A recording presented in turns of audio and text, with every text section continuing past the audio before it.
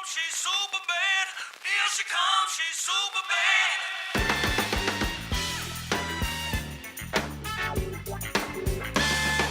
Here she comes, she's super bad. Barbara Corcoran, this fiery real estate mogul turned a $1,000 loan into a real estate empire worth hundreds of millions in the shark-filled city of Manhattan. So you say this is good?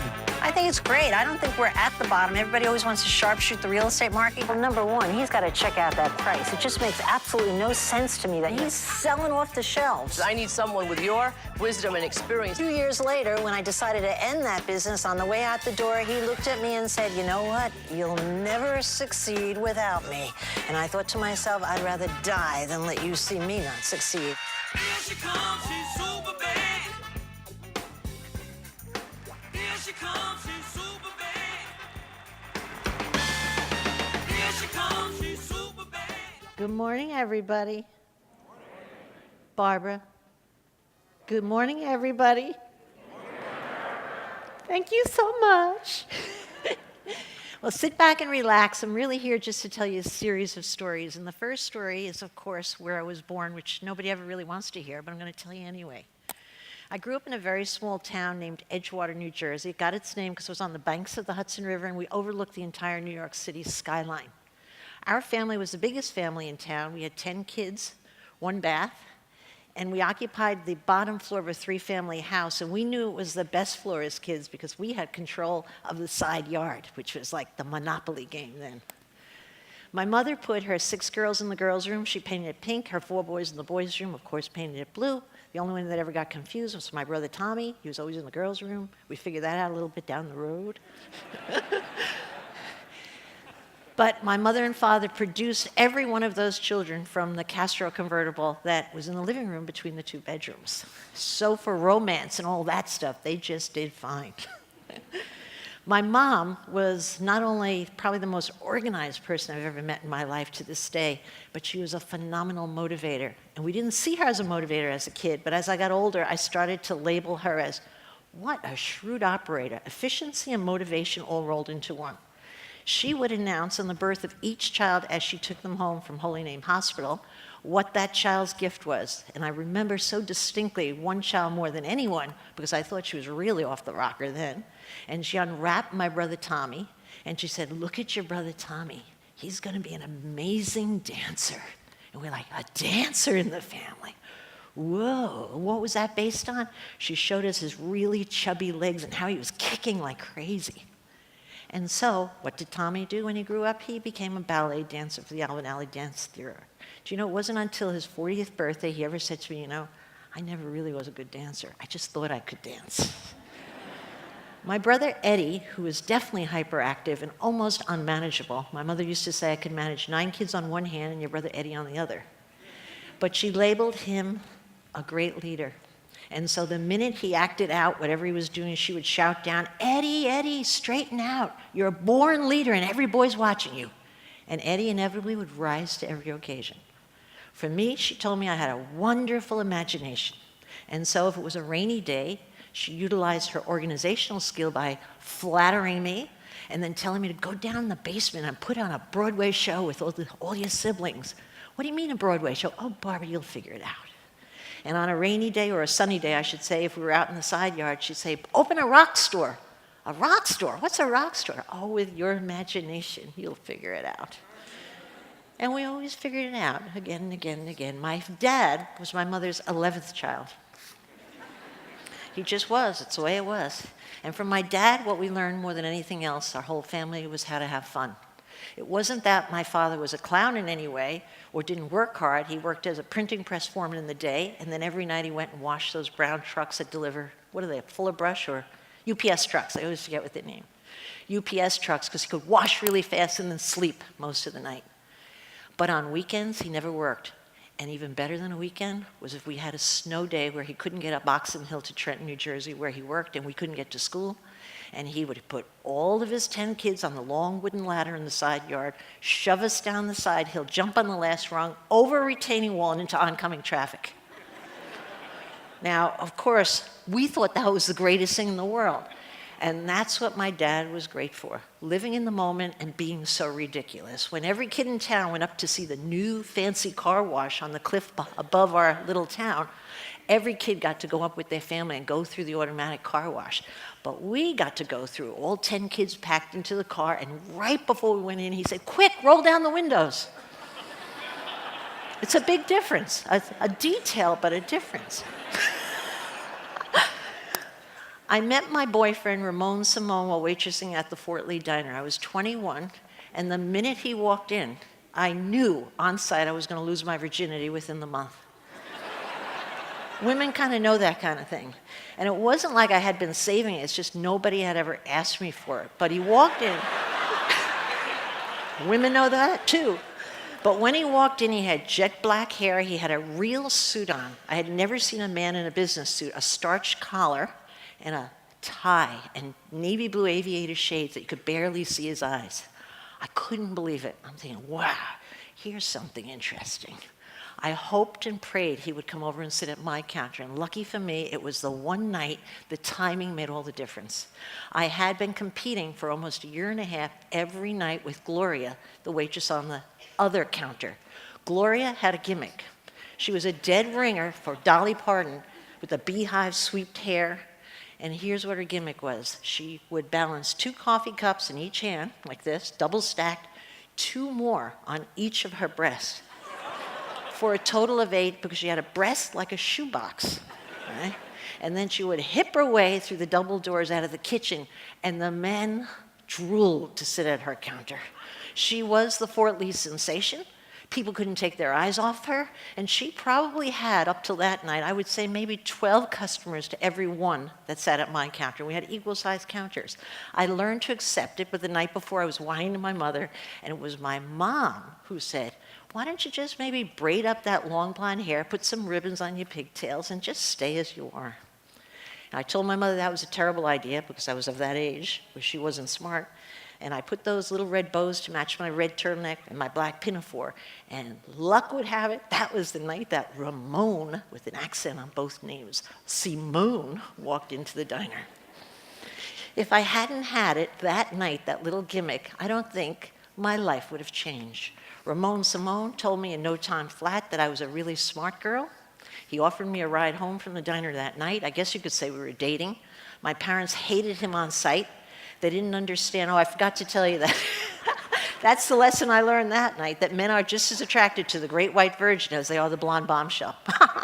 2 types of ladies. Okay. All right, let me move on. Ramon said that a girl like me was really smart and I should be living in the big city, and he offered to pay for a whole week at the Barbizon Hotel for women. When I announced that to my mother, that I was moving to New York for a week, I was disowned from the family, and I think rightfully so. In my extreme arrogance, I huffed out of my home and sat in Ray's, what kind of car was the one with the bump on the back? I forget. A Lincoln Continental, I think, with the bump on the back. My mother kept saying, "There's no reason a man who's 10 years older than you should be dating you. I don't get it. There's no reason. There's no reason. I don't want you dating him." Well, I saw it differently, and off we went to New York City to the Barbizon Hotel. He gave me $1,000 to go buy myself a real New York outfit, and I did that 2 blocks south at Bloomingdale's and bought myself a lavender stretch top, lavender pants, and lavender boots. I was the it girl walking back to the Barbizon. Soon enough, I moved in with Ray, probably within a year. My parents called it living in sin. And right after that, I found out Ray had 3 young children, and they moved in with us. Surprise! Little detail. He gave me the $1,000 to start the business. I started it first in an apartment with my 2 roommates short term, then out of my apartment with Ray, and then we actually got an office, and we started building a rental business in New York City, and we actually had 14 agents working for us. I went in every day. He was there. We shared an office. We were like a happy business, happy not married, but sort of married couple, whatever you want to describe. And I thought I had life by the tail. Well, 7 years to the day, women and men who are married, listen up. He started itching like crazy. And one night he came home as I was dumping the pasta into the sink. I remember I was just getting ready to serve dinner, and he said, "Oh, Barbara, we have something very serious to discuss." And I said, "Oh, yes, Ray." I remember it like a movie, because I remember thinking the steam was coming up on my face, and I must be looking very pretty right now. It was like posing, "Oh, yes, Ray." And he said, "I'm going to marry a secretary." Like, it's just a joke. Tina? Tina? You're going to marry Tina? You got to be kidding. "No, I'm serious. We're going to get married. But don't get upset. Take your time moving out." I took about a minute, grabbed whatever I grabbed, and moved into the couch of my, at the time, my only friend. Really, I was working so hard. My only friend, Kathy Gilson, on East 79th Street. And that's when my life changed. Till that point, I thought I had come out of nothing, doing well, making a living, living in New York, mother to 3 kids. They like me, I like them. I had Ray, and everything changed. And for whatever reason, I felt depressed. Well, for those reasons, I shouldn't say I felt depressed. So I started going to work, and I realized I can't be working with Tina. I could work with Ray, he's my partner. I'm getting rid of Tina. And he corrected me and said, "Oh, no, you're not. Remember, I'm the 51% partner. I'm the controller. You can't get rid of Tina." So Tina moved into my old desk. I moved out to the sales area. And then I did that for a year and a half. Why I did that, I should have seen a shrink or shot myself or something. But I did it. And every day I went into work. And then one day, I don't even know what happened. Something clicked, and I marched right into Ramon's office, or Tina's office, or their office, as I called it. And I said, "We're ending the business, and here's how we're going to do it. We're going to divide up the 14 salespeople like a football draw. You get to pick the first, I'll pick the second, you pick the third." All right. We did that. He picked Norma Hirsch, the best salesperson, blah, blah, blah, and went right down the line. "You want to stay here, you want me to move? We need a different office. You want to keep the phone number? Should I take the phone number?" I had a clicky phone number, 355-1200. Sounded kind of big. I really wanted it. He said, "I'll keep the phone number. I'll keep the office, and you move." Well, as God rewards those who are cast out or take a big risk, that weekend I got the 11th floor space, identical to Ray's 7th floor space, for 30% cheaper on a sublease. Rented desks that weekend and had phones installed midday on Monday. We were back in business. Boom, just like that. Friday to Monday, we were back in business. And I had my 7 salespeople and 7 new desks to fill. That was the birth of the Corocoran Group. I named it the Corocoran Group because I figured if I'm going to pull this thing out, I need to feel like I have a family. I'm a family type, and they're going to be my group. Not Ray's group, but my group. But when I left the office that day, that was the day Ray gave me the insurance policy for life. I knew. I didn't know it when he said it, but I now know it, and I'm so thankful for it. That was the day he said to me, "Oh, Barbara, you know you'll never succeed without me." And I'm telling you, I knew better than I knew my name, or I'd kill my kid rather than let him see me not succeed. I felt it so sure. And you know, for the next 20 years while I was building the Corocoran Group, every time I was at a bottom point where I thought, "Oh my God, I can't think of anything," I would think of those words, and it was like a magic formula. Boom! I think of one more idea. And even if I had tried 12 ideas, it was always that desperation idea that was the one that pulled me over the hump that kept me in business for another month. And so what he did, he gave me the kindness of insult, which I don't believe in as a motivator, but he must have had my number. Because, boy, if you want to motivate me, insult me, I'm good with that one. I did succeed despite Ray's predictions and sold my business for $66 million cash exactly 20 years to the day after he gave me those words. Yes, Ray. Ha ha. Forget me for getting thrills out of that every time. Here are the lessons that I'm sharing with you that I learned along the way. In the remaining 8 minutes, I'm going to start talking faster because that story took too long. Number 1, I am great at failure. I know I'm at my best when I'm failing. I had 20 jobs before I found this great job. If I hadn't been fired from 4, I wouldn't have moved on. I wouldn't have gotten to the diner, then to get to my own business. When I was ashamed and lost my voice on my first speech when I was 26 years old, what did I do? I was so ashamed I decided I better get over public speaking fears, and I volunteered to teach a short course at NYU at night to how to sell real estate, the one thing I knew how to do. And who was in my class but Carrie Chiang and the Orient Express? who was going to become, in the next 2 years, the #1 salesman in all of New York City, because she was going to have the corner on all the Asian money coming into New York City for the next 15 years, making me $2 million a year for the next 18 years. Carrie built my business because I landed in a different place when I was ashamed of my loss of voice in public speaking. How lucky is that I taught that course? When I had an idea to have all my apartments, homes on tape, you know, guys, this is a great idea, and I didn't tell my partner Esther, I'm going to blow my $77,000 profit and put all your apartments on tape, and now we're going to have homes on video. We'll call them HOT, homes on tape. Hot, get it? Yay, Barbara's a genius. Nobody handed out the tapes because I put all the faces and phone numbers on the tapes, and everybody was afraid that their customer, if they handed it to them, would pick the other salesperson who was prettier. Crazy. A dismal failure. But lucky for me, my husband Bill, fortunately, came home from playing war games on a weekend. He was a Navy captain. He said, we played them on this new thing called the internet. It was in real time, and we blew up the South Koreans, and you could see the ships blowing up. Those fake games, that's what boys do. But anyway, he was all excited. Like, the internet, what's that? What's that? I got it. I threw all my apartments on tape because I had to get ready for the next sales meeting. I didn't want a public embarrassment. And I said, we're now going to take all your apartments into cyberspace. Yay! What's cyberspace on this thing called the internet? Yay! What happened? I had 2 sales out of London. Boom, boom, like somebody hitting. The first week, I had all those old apartments shoved up there. And I realized what I had stepped in. Do you know, I immediately registered every URL from every one of my competitors. And you know, I waited almost 2 years for the biggest competitor who had 400 salespeople. At that point, I had maybe 50. It took them all that time to call me and say, you have my URL. I knew exactly who was waking up. The little guy woke up first, the big guy woke up last. When I was signed up, I thought, to be on Shark Tank as an angel investor, the job I wanted so much. I signed the contract without even reading it, sent it in. I was so excited. I knew it was the perfect thing. 2 days, I get a call before I'm leaving. I'm sorry, we've decided on someone else. Sorry, you gotta be kidding.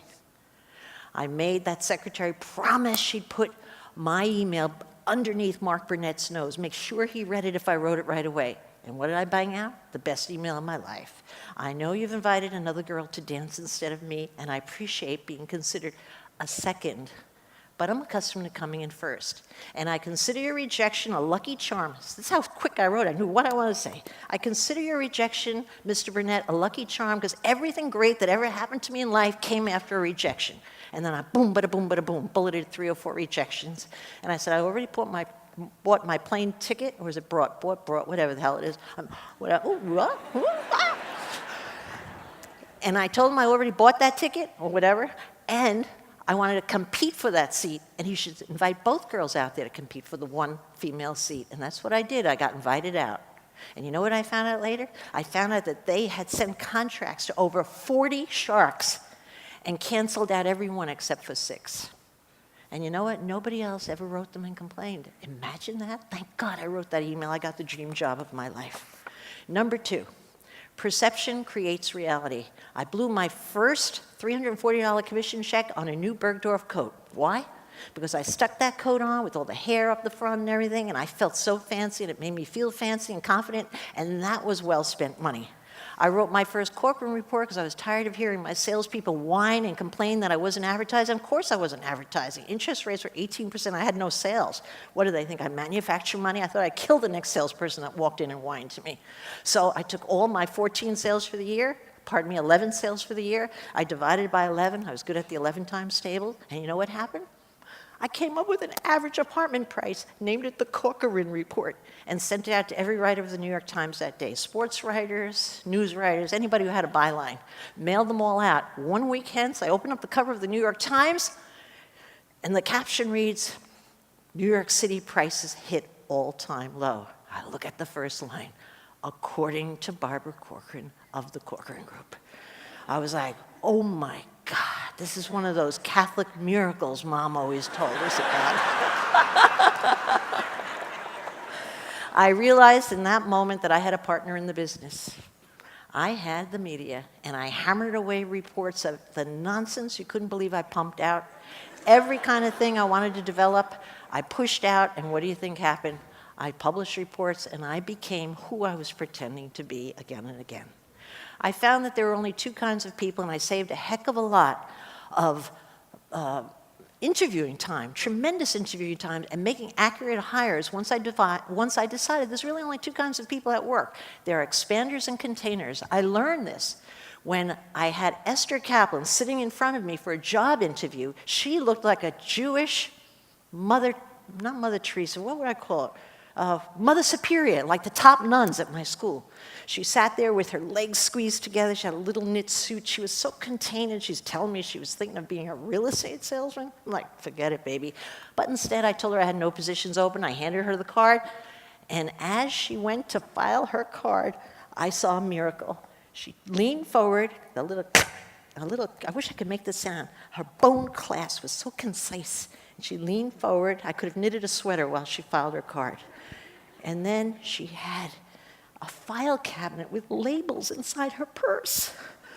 Like, I don't believe this one. And I told her she'd be great at sales, and I'd love to see her on Monday. Why? Because I knew I had just met my opposite. I had just met my partner that would help me build my business for the next 20 years. And that's what I made her, my instant partner, because Esther was great at everything that I wasn't good at. If I had an ad campaign, I would bring all 3 ad campaigns to Esther and say, Esther, tell me, which one do you like better? Which one? And she'd, one. I'm like, oh my God, when is she going to answer? She said, any one but that one. That was the one I ran with. That's how bad she was at marketing. My next few slides, I won't even say to you anything on it because I got 1 minute left, I'm sorry to say, but fun is good for business. Just roll those slides. This is the Harlem bus ride when I discovered the great gift of having fun with people. Took them to Harlem, had the bus breakdown, which really wasn't true. Took them to the scariest damn place in Harlem, and everybody's clinging to their Chanel jackets and everything. These white women had never done anything fun. That's what I was thinking as we were driving up there. And V. Wilson, who was my only black salesperson at the time, she tells a story. She said, you know what? I felt like a Maytag pole with 8 white women clinging to me. All right, so just show the slides of the creativity. Parties, parties, parties. Time is up. I'm going to cheat with one. Let's screw the time is up. Time is up. Please conclude your what? Your remarks. Okay, I will. Thank you. I'll jump to the last point, okay, which is my wholehearted belief that you have the right to be there. When I was a kid and was such a stupid kid in school, I was made to feel stupid. I learned shame in the classroom, reading out loud. What a wonderful background to be an entrepreneur. You know what I learned by the time I got out of that goddamn schoolhouse, which I called jail? You know what? I have the right to make a place for myself.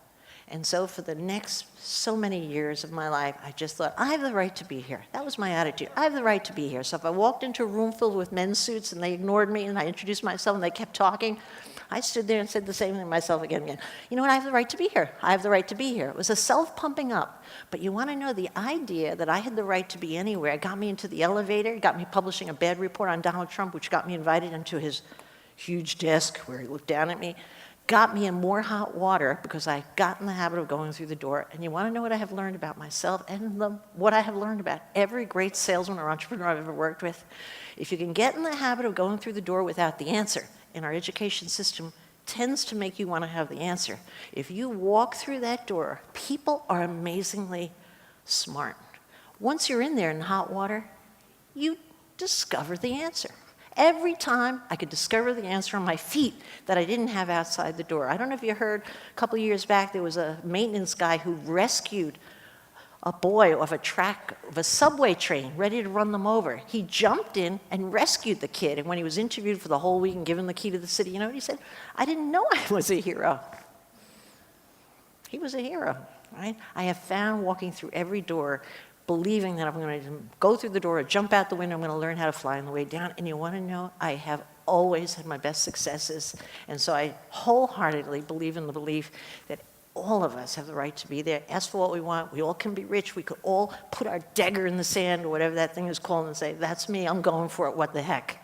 And I don't think it's a reserved right for anybody. And that attitude has been more responsible for building my business and my career than any other thing. And I know I took an extra minute, and I hope whoever's writing that goddamn message there is going to forgive me. Oh, yeah. Yeah, David. Thank you. Barbara, thank you so much. Barbara, if somebody were to write a record album about your life story, what would be the photograph on the front of that album? Oh, I would hope it would be a me nude at about 19. A lot of investors ask you questions. I mean, you spend a lot of your time nowadays answering things for investors. What do you see right now as the number one concern, and what do you tell people about it? Investors meaning what? You mean? Investors, homeowners, small businesses, what do people ask you? Oh, you mean money concern? Yeah, money concern. Oh, you know what? I'm the wrong one to ask that one. I have to tell you. I have a different theory on that, all right? A lot of people are riddled with fear and concern and conservativeness, if there's such a word, about money and how to invest, blah, blah, blah, blah. I'm in the opposite camp. And I think I'm allowed to be in the camp of spend whatever your heart tells you to do and just go do it fast before you even think about it. Because if you sit with something, you'll think about it and you won't do it, all right? But I believe in just, oh my gosh, being reckless in a way. All right? I'm sorry. That's consistent Because with the you wanna earlier know? speaker, Ed, yes. Well, risk-taking. And the reason for that is, I feel, if you're reckless in your attitude, and maybe that's too strong a word, but throw enough up there, at least you're throwing a lot and something's going to work. You know, it's the guys that are the saddest people in life and the women that I have met in my life that always wish they shoulda, coulda. I can honestly die and say, I never did anything. I wish I should have. I did it all. I mean, it fell on my face most of the time. But you know what? You never remember your injuries. You remember, and it hurts you what you didn't do or could have had. And so I think I didn't really answer your question, but that's the answer. That's so, yeah. fine. What personally makes you the most happy of the things that you do and try? My greatest joy in life is, and I sound so much like a mom, are my children. I have a 7-year-old and I'm 64. I'm hoping to live long enough to see her. And I had my first baby. I gave birth to my son at 46. I almost missed that. Yeah. You know, in my family, my sisters, 6 of them, my brothers, they had kids like rabbits. They think about a baby or see a baby blue and they're pregnant, you know. When I couldn't have children, and I got children because my youngest sister gave, well, you don't want to know my personal history, but I'm halfway there anyway, so here it comes. Because my youngest sister, Florence, gave me her eggs to have Tommy, or I would never have children. And then happenstance just sent my little Katie my way. And so if I didn't have children and had everything else in life for me, I wouldn't have known what I missed, but oh my gosh, I would have missed out on a whole different level of joy and satisfaction you can't get anywhere else, but in loving someone much more than you're ever going to love your husband, in my opinion, your kids. Okay. Thank you so much, Barbara, for all that you do.